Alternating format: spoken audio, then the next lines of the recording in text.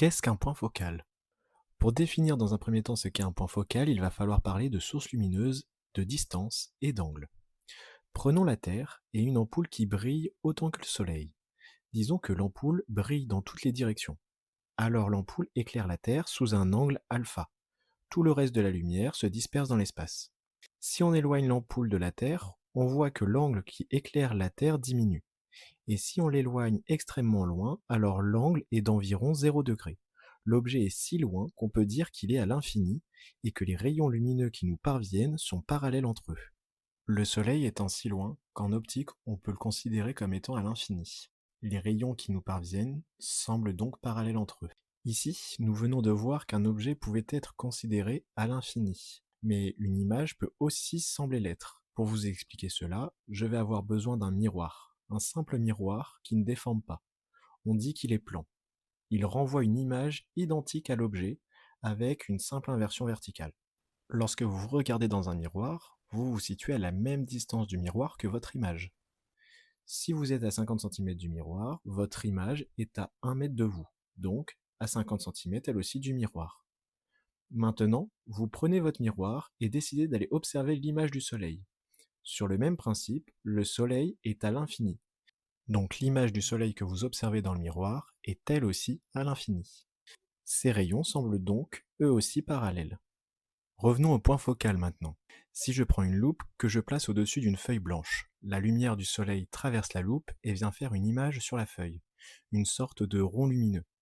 Si je bouge la distance entre ma loupe et ma feuille, il existe un endroit où le rond devient un point et où la feuille s'enflamme. Alors attention, si vous reproduisez cette expérience, à le faire de manière sécurisée pour éviter les risques de brûlure et d'incendie. Ce que l'on a fait s'appelle une focalisation des rayons du Soleil sur un point particulier de la loupe, le point focal image. Lorsqu'on a un objet à l'infini à gauche de la loupe, tous ces rayons sont donc parallèles entre eux.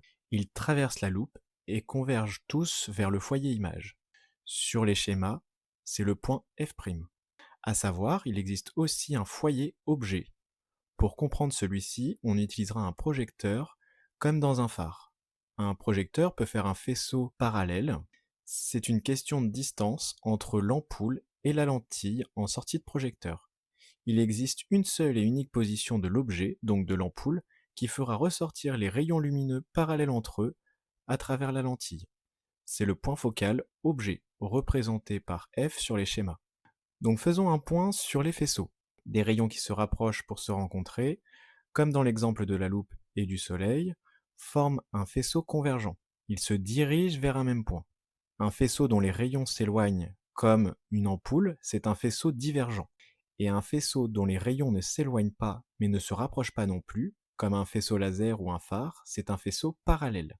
Aussi, si un rayon provient d'un objet et se dirige vers un système optique, alors c'est un rayon incident.